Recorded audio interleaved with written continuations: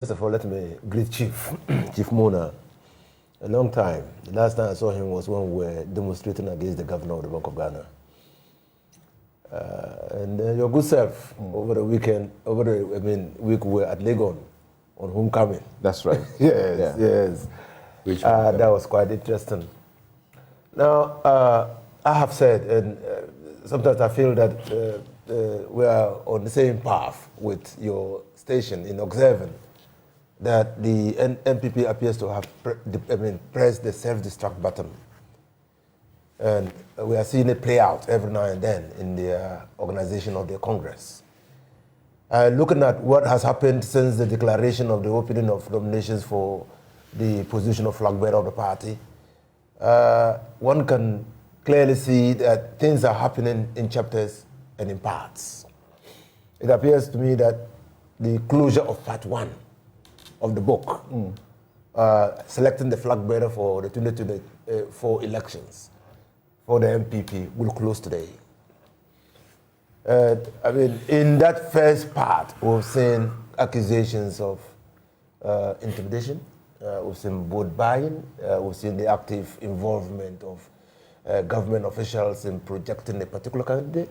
We have seen the Chief of Staff ensconce himself in the office of the headquarters of the NPP, trying to woo special delegates to vote a particular way.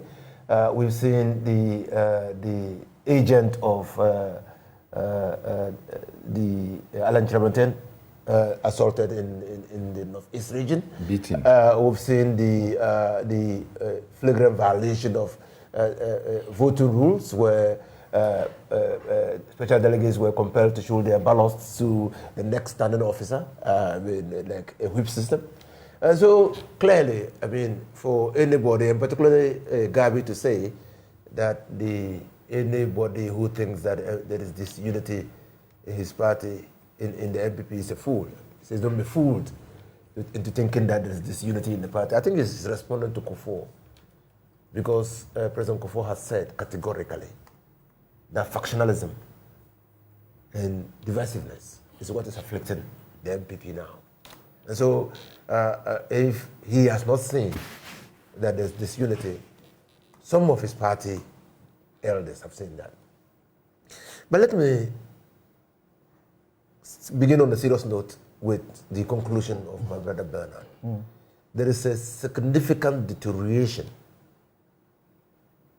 of the NPP under Nana Addo Akuffo-Addo. Significant. That institution has decayed or is decaying in the quality of leadership that is emerging. Quality of leadership? That is emerging. Now, what do you do to four guys who, to some degree and some level, cannot adequately represent the views, aspirations, expectations of an institution like the NPP, of a party like the NPP? You obviously will have to choose one of them. If you are in the words of the late Honorable, what was his name? Mensah, J.K. Mensah, what was his name? The Sunjuan, the late J.H. Mensah. J.H. Mensah. If you are presented with a basket of rotten cassava, and you really want to pick one, you must examine that basket of rotten cassava and see which one is less rotten and pick that one. Not so. So that is what is happening. Now, look at what happened. In 1992, have you looked at the people, the caliber of people who contested the NPP primaries? Do you remember a name like Jan Salvi? Colossus. Akuffo himself. Addo Boahi. Do you remember those names? They stand tall. Which of these guys presently contesting will measure up to them?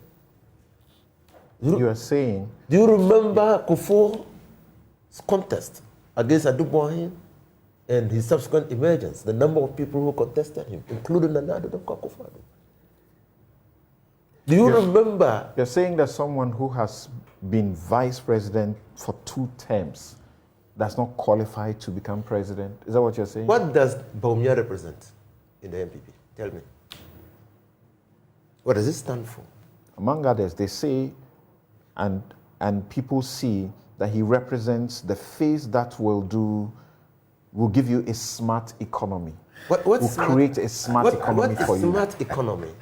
What smart economy is Bawumia creating that we have not seen?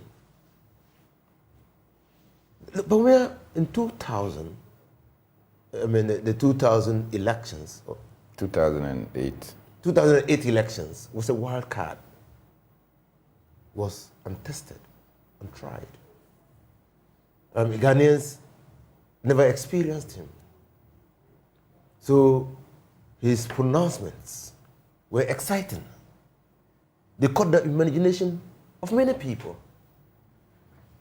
And Nana Akuffo-Addo was sounding all the vibes, combining an economics who made the now legendary statement of the weakness of the economy being exposed by the performance of the currency. I mean, clearly combined to produce in the minds of many people a potent leadership that could move Ghana to the next level. Is that what you're saying we should credit Bawumia for when you say that he will bring smart economy? Until COVID and Ukraine war, as we are repeatedly told, would you have said these things about him? I've always said that when you cite COVID and Ukraine war, then you close your eyes to relativities. And because we engage in intellectual arguments, they tell you they were growing the economy at a rate that you couldn't grow the economy at. People who cannot really appreciate relativities. It tells you about the digitization programs that have gone on at the ports that have reduced corruption greatly. Where? At the passport office, at DVLA. They talk about all of Where this. In the ports? The evidence is there. Where in the ports have the digitization reduced corruption? Where? Which part of the ports? There's a paperless port system. Which part? Which part of the port? We will come to corruption. I don't want to take the wind out of your sail. I'm just trying to develop the argument that this Bawumia is not the Bawumia of 2016. Get it clear in your mind. What Bawumia is made of has been exposed these 8 years. That Ghanaians are able to assess him. Unlike the Bawumia pre-2016, who had not been assessed by Ghanaians. I have said continuously that Nana Akuffo-Addo is a fake. It's a fake. Nana Akuffo-Addo, before he became president, is not the Nana Akuffo-Addo after he became president. Two completely different characters. And so we are being confronted and given the opportunity, the party is being confronted and given an opportunity to choose a leader. And this very leadership of the NPP is fostering on the party, on their party, a person who has helped to put us or bring us to this level of disaster. And that is why persons like Adanimo can argue. And there is universal truth to that. That where there is fatigue of a party, where the people, the citizens, the electorates are fatigued, they don't normally, it doesn't make sense to elect somebody who is closely associated with the leadership that has been fatigued to take the party to the next level. And it's universal. No, you wouldn't find, you will hardly find. They tell you that the NDC's biggest fear is Dr. Bawumia.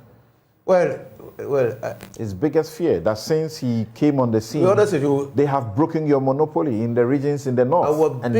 Our biggest fear, is evidence of what you are afraid of. Samson, our biggest fear now is when we do win power, what will be the level of mess that will be left by the NPP?